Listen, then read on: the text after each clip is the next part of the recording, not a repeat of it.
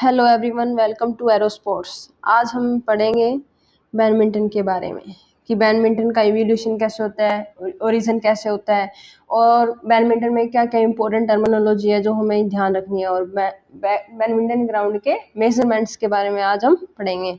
सो बिना रुके हम स्टार्ट करते हैं। सबसे पहले इसका देखते हैं कि ओरिजिन कैसे हुआ बैडमिंटन का। जो बैडमिंटन का ओरिजिन हुआ था ना, वैसे वो चाइना से माना जाता है। कहाँ से माना जाता है? चाइना से। लेकिन चाइना से इसका ओरिजिन माना जाता है, लेकिन इसका जो वास्तविक हम जो बुक्स में पढ़ते हैं ओरिजिन कहाँ से हुआ? इंग्लैंड से हुआ। ओके, तो इंग्लैंड से इसका वास्तविक ओरिजिन माना जाता है।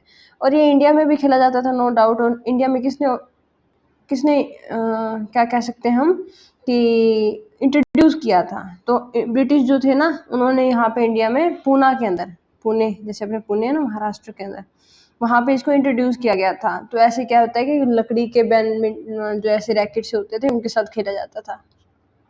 तो ये तो बैडमिंटन का क्या है कि मतलब थोड़ा सा इतिहास है, उसके बारे में हम जान रहे हैं। तो फिर उसके बाद में जो मेन बात आती है कि उसको पहले नाम क्या दिया जाता था। जो स्टार्टिंग में जो बैडमिंटन था उसको बैडमिंटन नहीं बोला जाता था, उसे स्टार्टिंग में क्या बोला जाता था? Battle door.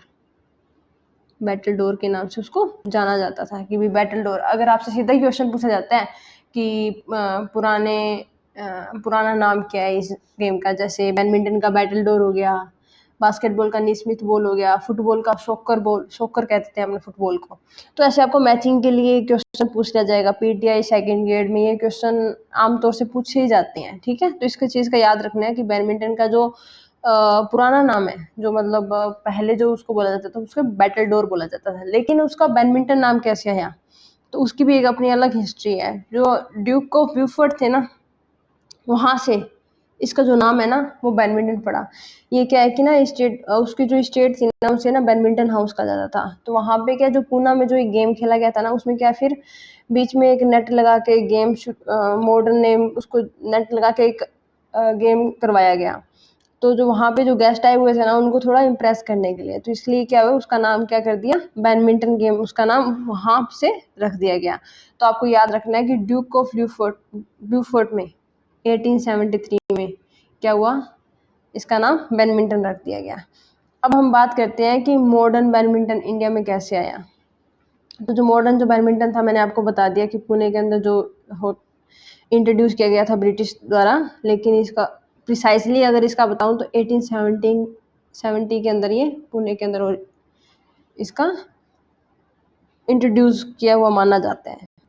फिर बाद में धीरे धीरे धीरे धीरे बॉम्बे के अंदर, कोलकाता के अंदर और मद्रास में भी इसका धीरे धीरे, क्योंकि अगर एक गेम कहीं पे आएगा तो उसका फैलाव तो हो ही जाता है, क्योंकि लोग उसको जानने लग जाते हैं। तो एक स्थान से दूसरे स्थान पे अगर कोई जाएगा तो उसको इंट्रोड्यूस तो किया जाएगा, हाँ ये नया गेम है, आप भी खेल के देखो।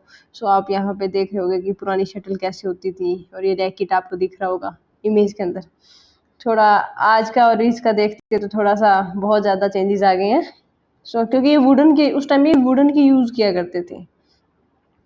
अब जो मेन, अब फिर से एक बहुत ज़्यादा इंपॉर्टेंट टॉपिक है, यहाँ से भी क्वेश्चन जरूर पूछा जाता है, जो क्या है? बैडमिंटन वर्ल्ड फेडरेशन, जो इंटरनेशनल बॉडी है ये क्या है? इंटरनेशनल बॉडी है जो बैडमिंटन के गेम्स, मैचेस, शेड्यूल वगैरह ऑर्गेनाइज करती है, उनकी बॉडीज है। इसका जो हेडक्वार्टर है, याद रखना, कुआलालंपुर मलेशिया में। मोस्टली क्या गेम्स के हेडक्वार्टर है ना, वो आपको स्विट्जरलैंड के अंदर मिलेंगे, लेकिन जो भी हेडक्वार्टर स्विट्जरलैंड से बाहर है वो आपको मोस्ट इंपॉर्टेंट हो जाता है, उसको जरूर याद कर लेना। जैसे कि कुआलालंपुर के अंदर क्या है? बैडमिंटन वर्ल्ड फेडरेशन का है, लेकिन इसके इस्टेब्लिशमेंट कब हुई थी? 1934 के अंदर हुई थी। तो ये आपको इम्पोर्टेंट चीज़ है जो याद रखनी है। हालांकि शुरुआत में ये कुआलालंपुर में नहीं था, ये यूके के अंदर था। बाद में कुआलालंपुर शिफ्ट कर दिया गया था। तो कुआलालंपुर कहाँ पे है? मलेशिया के अंदर है। अब एक चीज़ यहाँ पे इजी हो जाती है याद करने की, कि जो बैडमिंटन एसोसिएशन ऑफ इंडिया है ना, इसकी इस्टेब्लिशमेंट भी 1934 के अंदर ही होती है। सो आपको बैडमिंटन जहाँ भी आ जाए वहाँ पे 1934 आपको याद रखना ही रखना है कि हाँ 1934। बैडमिंटन वर्ल्ड फेडरेशन भी इसी में ही होती है, और बैडमिंटन एसोसिएशन ऑफ इंडिया भी, दोनों की इस्टेब्लिशमेंट सेम ईयर होती है। Okay, badminton association of India का हेडक्वार्टर है न्यू दिल्ली के अंदर। सो ये दोनों चीज़ आपको याद रखनी है। वैसे बैडमिंटन एसोसिएशन ऑफ इंडिया करती क्या है? वो नेशनल चैंपियनशिप डायरेक्ट मैनेज करती है, ट्रायल्स वगैरह अपने जैसे करवाए जाते हैं नेशनल के लिए, इंटरनेशनल के लिए, तो वो ऑर्गेनाइज करवाती है, ठीक है। और जो स्टेट एसोसिएशन है उनको भी मैनेज करती है। तो ये जो मेन काम होता है वो बैडमिंटन एसोसिएशन ऑफ इंडिया का होता है, ठीक है। सो हम आगे चलते हैं। तो मेन जो अब ऑर्गेनाइजिंग बॉडी हमने ओरिजिन देख लिया, ऑर्गेनाइजिंग बॉडी देख ली। अब क्या है कि बैडमिंटन कोर्ट का लेआउट क्या होता है, ठीक है। तो अगर इसको मैं आपको क्लियरली, अगर आपको इमेज के अंदर दिख रहा हो, थोड़ा जूम करके अगर आपको दिखा दूँ मैं, ये क्या है, ये बैडमिंटन का कोर्ट है। इसमें क्या है, आप थोड़ा ध्यान से देखना, ये जो पूरी इसकी जो लेंथ होती है यहाँ से लेके यहाँ तक, ये होती है 44 फीट, ओके। मीटर में आप जैसे यहाँ पे लिखा हुआ याद कर सकते हो, लेकिन क्या है मीटर में अगर आप एक बार में एक ही जो यूनिट है वो याद करो। जैसे कि अगर आप फीट याद कर रहे हो तो फीट ही याद करना, मीटर में जाओगे तो आप बाकी जो यूनिट है उनको कंफ्यूजिंग में कर दोगे, ठीक है। तो अभी हम फीट की बात कर रहे हैं, तो 44 फीट इसकी लेंथ है और ब्रेथ कितनी है, 20 फीट, ठीक है।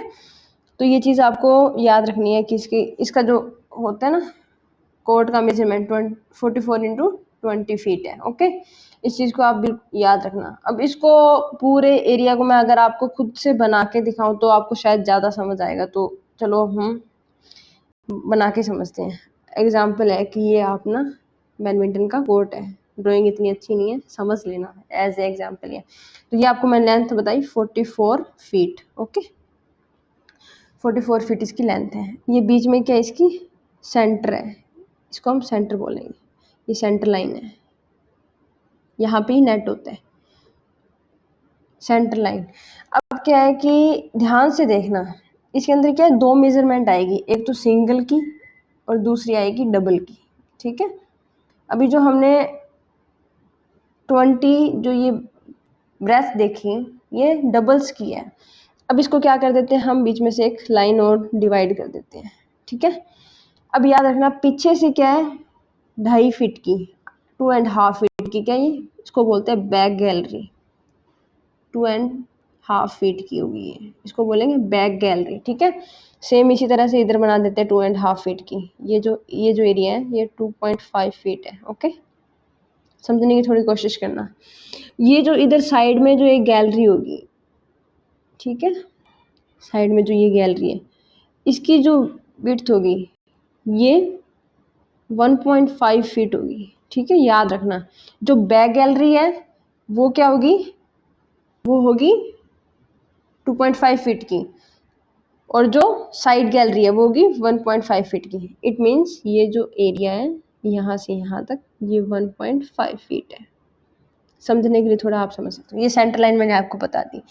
तो जो यहाँ से लेके यहाँ तक, इस पॉइंट से लेके इस पॉइंट तक है, ये होगा सिंगल का एरिया, सिंगल का मतलब लेंथ तो सेम रहेगी 44, ठीक है। अभी मैं आपको थोड़ा और इरेज करके थोड़ा सा और इसी के अंदर बता दूँ, थोड़ा जूम कर लें, शायद आपको ज़्यादा समझ आ जाएगा इसी के अंदर।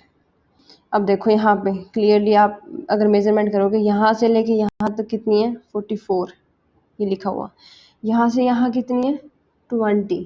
लेकिन ध्यान से देखोगे, ये जो मैंने आपको बोला था ये 1.5 फीट की गैलरी आती है, जिसको साइड गैलरी बोलते हैं। 1.5 फीट की, इधर भी 1.5 होगा, इधर भी 1.5 होगा। तो इट मीन्स क्या हुआ, सीधा सा अगर देखें, टोटल 20 था, सॉरी टोटल 20 था, 1.5 उधर गया, 1.5 इधर गया, तो 3 माइनस कर देंगे। तो सिंगल्स के लिए जो होगा वो ब्रेथ कितनी होगी, सिंगल के लिए 17, मतलब इट मीन्स यहाँ से लेके यहाँ तक ये होगा 17 फीट, ओके। ये थोड़ा सा याद रखना, अगर डबल का पूछा जाए तो आप बताओगे 20, अगर सिंगल्स का पूछा जाए तो आप बताओगे 17, ओके। अब हम थोड़ा इसको जूम करके वापस से समझते हैं और चीज़ें इसके अंदर। अब जो नेट है, ये क्या है, बीच में ये नेट है। अब जो ये नेट की जो लेंथ होती है, अब देखो यहाँ से लेके इस पॉइंट से लेके इस पॉइंट से लेके और इस पॉइंट तक इसकी लेंथ 20 है, तो नेट भी कितना होगा 20 फीट का ही होगा, ओके। लेकिन जो इसकी नेट की हाइट है, height of A net, height net की वो कितनी होगी, जो ये कॉर्नर दिख रही है ना, इस यहाँ पे जो नेट की हाइट है वो होगी 5 फीट और 1 इंच, ठीक है। लेकिन जो सेंटर ऑफ द नेट है यहाँ पे इसकी हाइट होगी 5 फीट, मतलब जो सेंटर में जो नेट की हाइट है वो 5 फीट होगी। और इसमें एक और चीज़ बता दूं, जो ये नेट होता है ये जो सेंटर में जो नेट होता है इसकी लेंथ तो हमने देख ली कि 20 फीट होती है, लेकिन जो ये वाइड होता है ये होता है 2.5 फीट वाइड होता है। ओके, बैक गैलरी का मैंने आपको बता दिया, ये बैक गैलरी है जिसकी लेंथ होती है 2.5 फीट। ओके, अब ये सेंटर लाइन है, ये जो नेट है ये सेंटर लाइन है, ये जो दिख रही है आपको, ठीक है। अब इसके अंदर एक और मेजरमेंट आती है, जो आती है, थोड़ा कलर थोड़ा यूज़ कर लूँ आपको शायद ज़्यादा समझ आ जाए। ये होती है short service line. Short service line की जो लेंथ होती है वो होती है 6 फीट एंड 6 इंच। ओके, मतलब 6 फीट 6 इंच होती है, इसको अपने 6.5 फीट भी लिख देते हैं। ओके, जो यहाँ से लेके ये जो आपको दिख रहा है ना, ये वाला, ये 6, ये यहाँ पे लिखा भी हुआ है 6.5 फीट। 6.5 समझते हो, मतलब जैसे फीट में इंच करेंगे तो 6.6 इंच हो जाता है, जो आपको मतलब 1 फुट में 12 इंच होते हैं, आपको पता होगा, ठीक है। फिर इसको वापस एक सेंटर लाइन में जो डिवाइड किया था अपनों ने, अब इसके अंदर जो ये मेजरमेंट है ये सिर्फ इतनी ही मेजरमेंट है। अब इसको चाहे कैसे भी पूछ सकता है, वो ये सीधा पूछ सकता है कि शॉर्ट सर्विस लाइन जो नेट से कितनी दूर होती है, तो आप सीधा आंसर दोगे 6.5 फीट होते हैं। अब वो ये भी क्वेश्चन पूछ सकता है कि जो बैक गैलरी होती है उसकी लेंथ क्या होती है, तो बैक गैलरी होती है 2.5 फीट की। अगर वो पूछ ले आपको साइड गैलरी कितनी होती है, साइड गैलरी होती है 1.5, ठीक है। अब जो नेट की लंबाई पूछ लेगी, नेट की लंबाई कितनी होती है, तो नेट कितना होगा, इस कोट के इक्वल ही होगा, तो इस कोट के इक्वल कितना हो गया 20 फीट, ठीक है। अगर फिर भी अगर आपसे एक क्वेश्चन और पूछ ले कि भाई सर्विस किधर से होती है, मतलब बहुत टिपिकल हो जाएगा वैसे तो ये, लेकिन अगर फिर भी पूछ ले तो हम चलो ये थोड़ा सा समझ लेते हैं। इसमें सर्विस का क्या सीन रहता है, अगर इवन है, इवन अगर पॉइंट है अपने, तो सर्विस होगी राइट साइड से। अगर ओड है तो सर्विस होगी लेफ्ट साइड से। थोड़ा इस चीज़ को समझने की कोशिश करना कि अगर जैसे लेफ्ट कोर्ट है ये वाला, ये लेफ्ट है, ये राइट सर्विस कोर्ट है। अगर मेरे मार्क्स जैसे 2 पॉइंट है मेरे, तो मुझे अगर मेरे पास शटल है इस कोर्ट में, अगर मैं थोड़ा ये मार्कर चेंज कर लूँ, इस कोर्ट में मेरे पास शटल है, तो अगर मेरे 2 पॉइंट है तो 2 पॉइंट मतलब इवन नंबर है और राइट साइड से सर्विस होगी, मतलब इट मीन्स मुझे यहाँ से सर्विस हमेशा ऐसे डायगनली इस कोर्ट में करवानी है, क्योंकि इधर वाली साइड से अगर देखेंगे तो इसका लेफ्ट होगा ये और इसका ये राइट होगा, ठीक है, डायगनली करवाई जाएगी। अगर मैंने सर्विस करवाई और मुझे एक और पॉइंट मिल गया, तो मेरा एक पॉइंट मतलब 3 पॉइंट हो गए मेरे। अब मुझे सर्विस कहाँ से करवानी है, 3 क्या है, ओड नंबर है, तो ओड नंबर में सर्विस लेफ्ट साइड से होगी। इट मीन्स मुझे ये वाली जो सर्विस नेक्स्ट जो सर्विस होगी मुझे लेफ्ट कोर्ट से करनी है, और किधर वाली साइड करनी है, मुझे इधर वाली साइड सर्विस करनी है। ओके, मतलब सर्विस हमेशा डायगोनल कोर्ट में होगी, मतलब इधर से करवाइए तो सर्विस इधर जाएगी और इधर से करवाइए तो सर्विस इधर जाएगी। आई होप ये सर्विस वाला चीज़ आपको बिल्कुल क्लियर होगी। इसमें क्या है कि ना अब थोड़ा सा हम और ज़्यादा डिटेल में पढ़ेंगे कि इसकी जियोमेट्री वगैरह क्या होती है, वो थोड़ा मैंने आपको बता दिया, ठीक है। अब हम नेक्स्ट चीज़ में और देखते हैं आगे क्या होता है। कोड का डायमेंशन वैसे मैंने आपको बता दिए हैं, फिर भी यहाँ पे थोड़ा रिकैप कर लेते हैं कि फुल लेंथ 44 फीट होती है, 20 फीट होती है डबल्स के लिए, यहाँ पे लिखा हुआ है डबल, ठीक है। सिंगल्स के लिए यहाँ पे 17 फीट, ये मैंने आपको थोड़ा समझा ही दिया है, ठीक है। और नेट हाइट कितनी होती है, नेट हाइट सीधा भी अगर लिखोगे तो आप 5 फीट लिख सकते हो, ठीक है। 5 फीट ये होती है सेंटर में, और कॉर्नर पे क्या होगी हाइट 5 फीट 1 इंच। ओके, ये चीज़ आपको थोड़ी सी याद रखनी है, ये कैसे कैसे मेजरमेंट होती है, क्योंकि यहीं से क्वेश्चन पूछा जाता है। अब मेन जो आता है वो आता है कि शटल का वेट कितना होगा, तो आपको हमेशा याद रखना है शटल का वेट होगा 4.74 से 5.50, अप्रोक्सीमेटली अपने कहते हैं 5 ग्राम हो सकता है, ठीक है।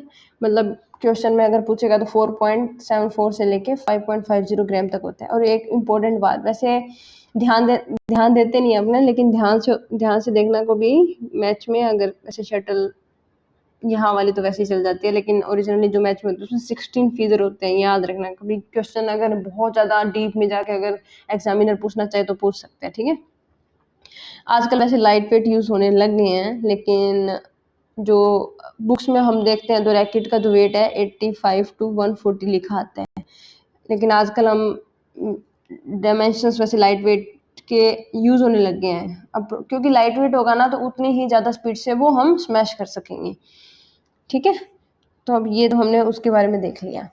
अब बेसिक रूल के बारे में देख लेते हैं कि स्कोरिंग स्कोरिंग कैसे होती है। तो जो बैडमिंटन होता है इसमें 3 बेस्ट ऑफ 3 खेले जाते हैं, जिसमें अगर कोई 2 जीत गया, 2 सेट जीत गया, तो वो विनर बन जाएगा, ठीक है। अब बेस्ट ऑफ 3 कैसे खेले जाएंगे, एक जो सेट होगा वो 21 पॉइंट्स का होगा, 21 पॉइंट्स का।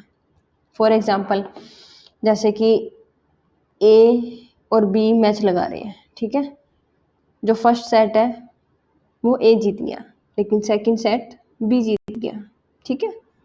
लेकिन थर्ड सेट ए जीत गया, तो विनर कौन होगा गेम का, मतलब जो उस मैच का विनर होगा ए, मतलब ए बन गया विनर। ओके, ये हो गया 21 पॉइंट का। लेकिन अब एक इसमें एक और चीज़ देखने वाली होगी कि इसके अंदर अब 3 सेट हैं, फर्स्ट सेट, सेकंड सेट और थर्ड सेट। जो ये फर्स्ट सेट और सेकंड सेट के बीच का जो रेस्ट टाइम होगा, रेस्ट समझते हो, बीच का अंतराल वैसे वे है ना, तो ये 90 सेकंड का होगा, 90 सेकंड। और सेकंड और थर्ड के बीच का जो होगा वो होगा 5 मिनट का। मतलब 5 मिनट आप ऐसे समझ सकते हो कि सेकंड सेट और थर्ड सेट के बीच में जो टाइम मिलता है रेस्ट के लिए और पानी वगैरह, आपने अगर बैडमिंटन का मैच देखा होगा तो वो 5 मिनट उनको सेकंड और थर्ड सेट के बीच में मिलती है। अब इसमें एक थर्ड सेट में एक और अच्छी बात बताऊं, जो डीप वाली बात ये है कि फर्स्ट और सेकंड सेट में तो चलो ठीक है, एक इधर वाली साइड खेल लिया और एक इधर वाली साइड, जैसे ये कोर्ट है, ए ने इधर वाली साइड पहले खेल लिया, फिर एक सेट कंप्लीट हो गया, फिर सेकंड सेट में ए इधर आ गया, ये सेकंड सेट में ए इधर आ गया। अब थर्ड सेट में पूरा सेट ये इधर खेलेगा, तो बी वाला कहेगा मुझे भी इधर खेलना है, बराबर नहीं हुआ ना। एक सेट तो चलो इधर इसने खेल लिया, एक इसने खेल लिया, लेकिन थर्ड वाले सेट में ऐसा नहीं हो रहा है। तो इसको सही करने के लिए क्या किया, देखो इस चीज़ को सही करने के लिए कि जो थर्ड सेट है, जो थर्ड सेट है इसके अंदर क्या किया, जब 11 पॉइंट हो जाएंगे किसी के भी, जैसे ए और बी खेल रहे हैं, एग्जाम्पल बी के 11 पॉइंट हो गए, 11 पॉइंट हो गए, तो जो कोर्ट है ना वो चेंज किया जाएगा। एग्जाम्पल एक और आपको मैं बना के दिखा दूं, जैसे ये कोर्ट है, अब थर्ड सेट खेला जा रहा था, तो ड्राइंग कुछ ऐसी है, समझ लेना, वैसे इतनी भी बुरी नहीं है।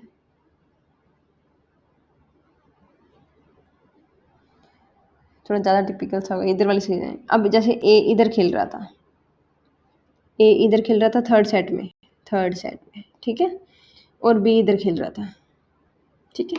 अब बी के 11 पॉइंट हो गए, तो जो अब क्या होगा कि कोड चेंज किया जाएगा, मतलब बी तो इधर आ जाएगा और ए इधर चला जाएगा। मींस अब जो 12 पॉइंट जो खेला जाएगा, नेक्स्ट 2 पॉइंट मैच खेला जाएगा, वो बी यहाँ से खेलेगा, मतलब यहाँ से वो सर्विस करवाएगा और ए इधर चला जाएगा। ये चीज़ आपको समझ आ गई होगी, ठीक है। अब हम आगे बात करते हैं कि जैसे मैंने आपको एक चीज़ और बता दी थी कि जो सर्विस होती है वो डायगोनली अपोजिट सर्विस होती है। जैसे कि अगर ये यहाँ से सर्विस करवा रहा है, ये यहाँ से सर्विस करवा रहा है, तो ये इधर वाली साइड सर्विस करवाएगा, और इधर से करवा रहा है तो इधर डायगोनली अपोजिट, मतलब ये डायगोनल, इसको डायगोनल बोलते हैं, ये डायगोनली अपोजिट साइड में सर्विस करवाई जाती है, ठीक है। अब सर्विंग पॉइंट क्या होता है ये भी मैंने आपको बता दिया। इवन स्कोर के लिए राइट सर्विस कोड होता है, और ओड के लिए क्या होता है, ओड के लिए लेफ्ट सर्विस कोड। एक बार और समझ लो, क्योंकि ये कई बार गेम भी खेलते हैं ना, उन लोगों को भी बहुत टाइम बाद चीज़ें समझ आ जाती है, वो भी कंफ्यूज हो जाते हैं और काफ़ी बार पॉइंट खराब अपोजिट टीम के पास चला जाता है। इस चीज़ में ध्यान से इस चीज़ को देखना, जैसे ये राइट मान लो, ये लेफ्ट, अब मुझे नहीं पता ना आप कैसे देख रहे हो, इसलिए मैंने लिख ही दिया है। अब जैसे मेरे पास मेरे 4 पॉइंट हो गए, ठीक है, तो अब 4 पॉइंट हो गए मेरे, तो मुझे अब 4 क्या है, एक इवन नंबर है, तो मुझे राइट साइड से सर्विस करवानी है, इधर डायगोनली अपोजिट सर्विस होगी, ठीक है।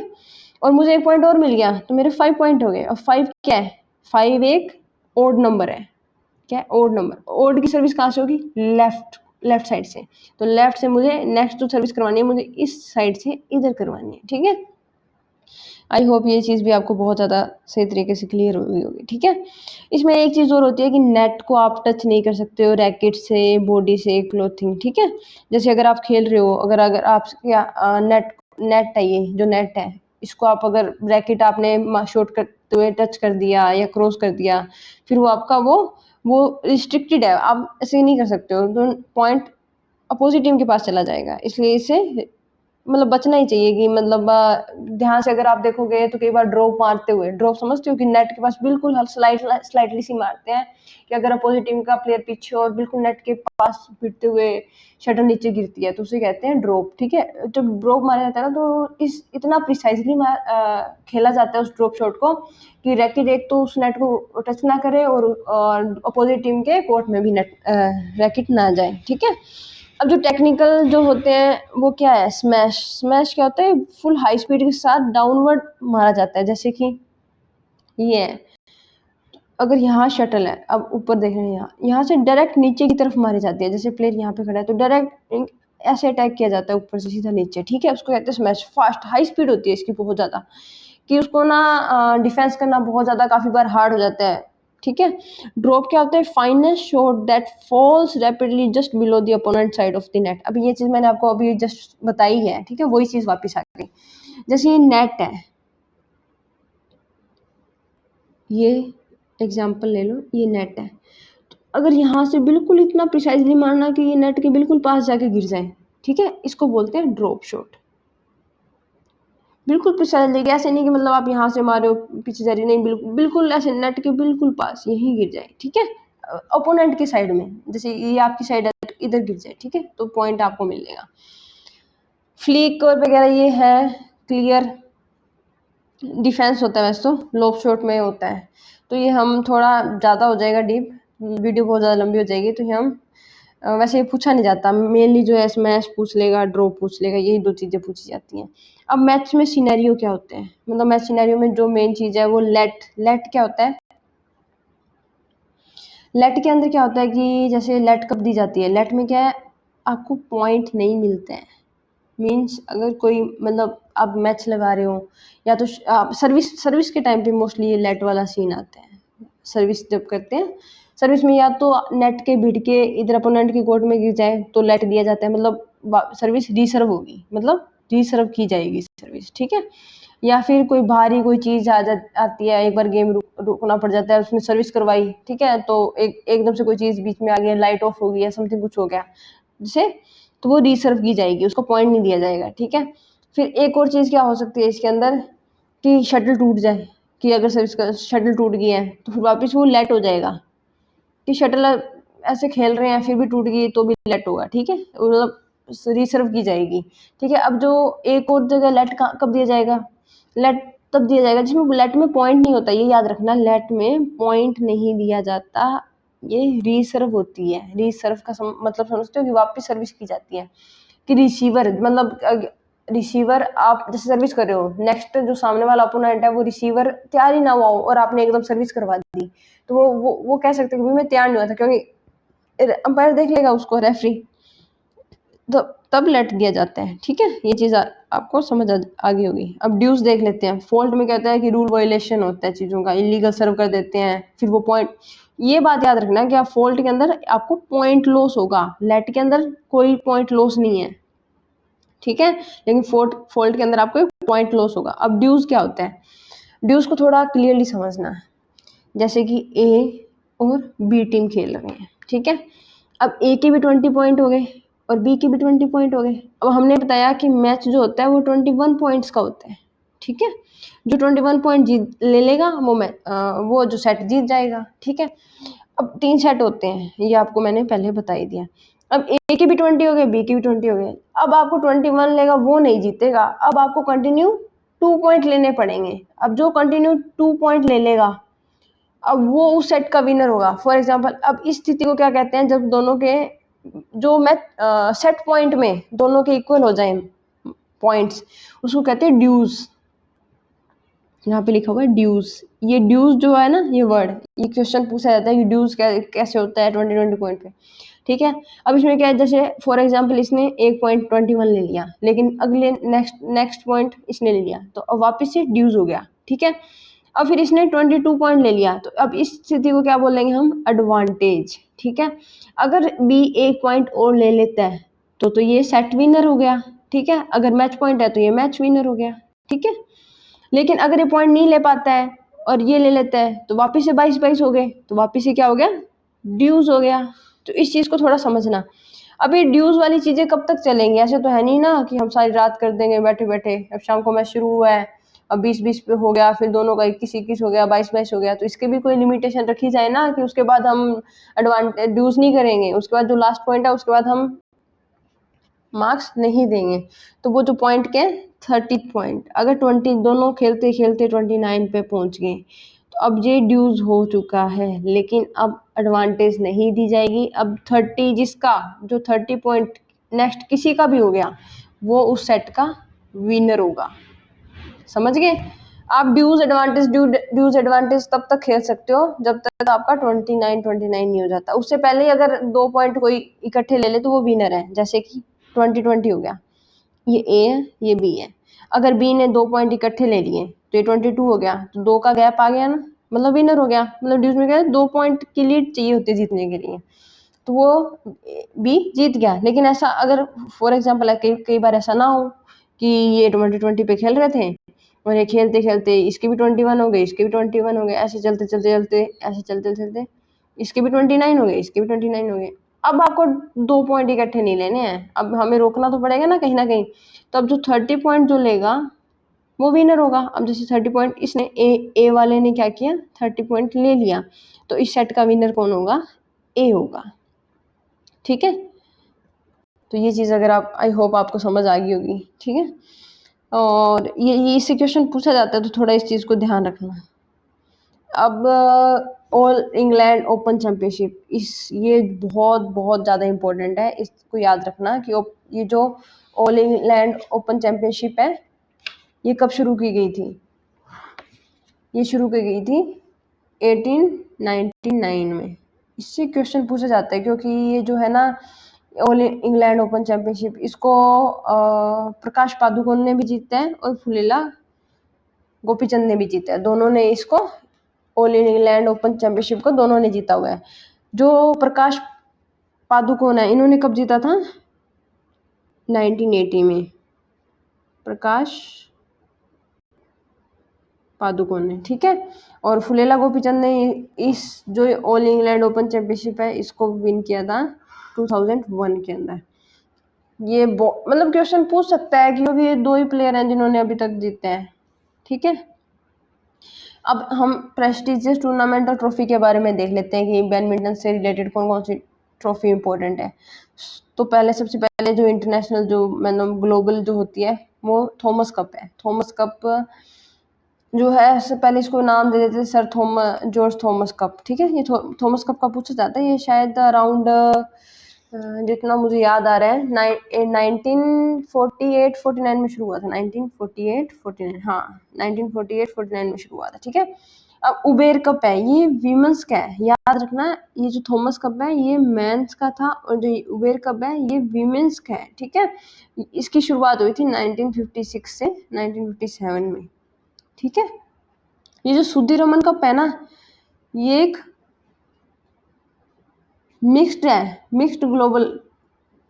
मिक्स्ड समझते हो कि मतलब आपको मिक्स्ड का मैंने बताया नहीं है। जैसे कि इसमें सिंगल और डबल होता है, ये तो आपको पता है। डबल में क्या होता है, 2 प्लेयर खेलते हैं। लेकिन मिक्स्ड में क्या होगा कि 2 प्लेयर तो खेलेंगे लेकिन एक तो मैन होगा और एक फीमेल होगी, मतलब एक एक खेलेंगे, मतलब कि 1 मेल एंड 1 फीमेल। ओके, ठीक है, इसको कहते हैं मिक्स्ड वाला। और इंडिया में भी अगर आप देखोगे तो 2 कप बहुत ज़्यादा इंपॉर्टेंट है। एक तो रहमतुल्ला कप, ठीक है, ये लिखा नहीं है मैंने, शायद रह गया होगा। एक तो है रहमतुल्ला कप, रहमतुल्ला कप, ये है मेंस का, ये है मेंस का। ठीक है, और एक है अपने कह सकते हैं चड्डा कप, क्या कह सकते हैं, है ही चड्डा कप। ठीक है, ये है फीमेल्स का, वीमेन का कह देते हैं, फीमेल सॉरी वीमेन लिख देते हैं। नारंग कप भी है और योनेक्स, योनेक्स का तो आपको याद ही रह जाएगा, योनेक्स के तो बैडमिंटन आते हैं, योनेक्स कप। ठीक है, सो ये इम्पोर्टेंट कप हैं जो बैडमिंटन में पूछे जाते हैं। कि ट्रॉफीज हैं मोस्टली, थोड़ा आपने रिकैप कर लेते हैं। एक तो है थॉमस कप, एक है थॉमस कप जो मेंस का है, एक कुबेर कप जो वीमेंस का है, एक सुधीरमन कप, सुधीरमन जो कप है ये मिक्स्ड डबल का है, मिक्स्ड डबल का है। ओके, ये इम्पोर्टेंट है। बाकी मेन चीज़ मैंने आपको सारी बता दी है। आई होप आपको क्लियरली समझ आ गया होगा। अगर आपको समझ आया है, please like share subscribe to my channel Aero Sports, and my motto is excellence in motion. Thank you. फिर मिलते हैं नेक्स्ट वीडियो में। और नेक्स्ट वीडियो हम किसी और गेम के ऊपर बनाएंगे। बास्केटबॉल की बना ली है, अगर आप देखना चाहो तो बास्केटबॉल की प्लेलिस्ट के अंदर आपको वीडियो मिल जाएगी। आप बास्केटबॉल के ऊपर सारी उसकी इवोल्यूशन, मेजरमेंट, कोर्ट की हिस्ट्री वगैरह देख सकते हो। आपके एग्जाम पॉइंट ऑफ व्यू से बहुत ज़्यादा इंपॉर्टेंट है, पीटीआई के लिए, टीजीटी पीजीटी के लिए भी, और फिजिकल एजुकेशन में बहुत ज़्यादा हेल्पफुल भी रहेगी। ठीक है, मिलते हैं नेक्स्ट वीडियो में। Bye bye.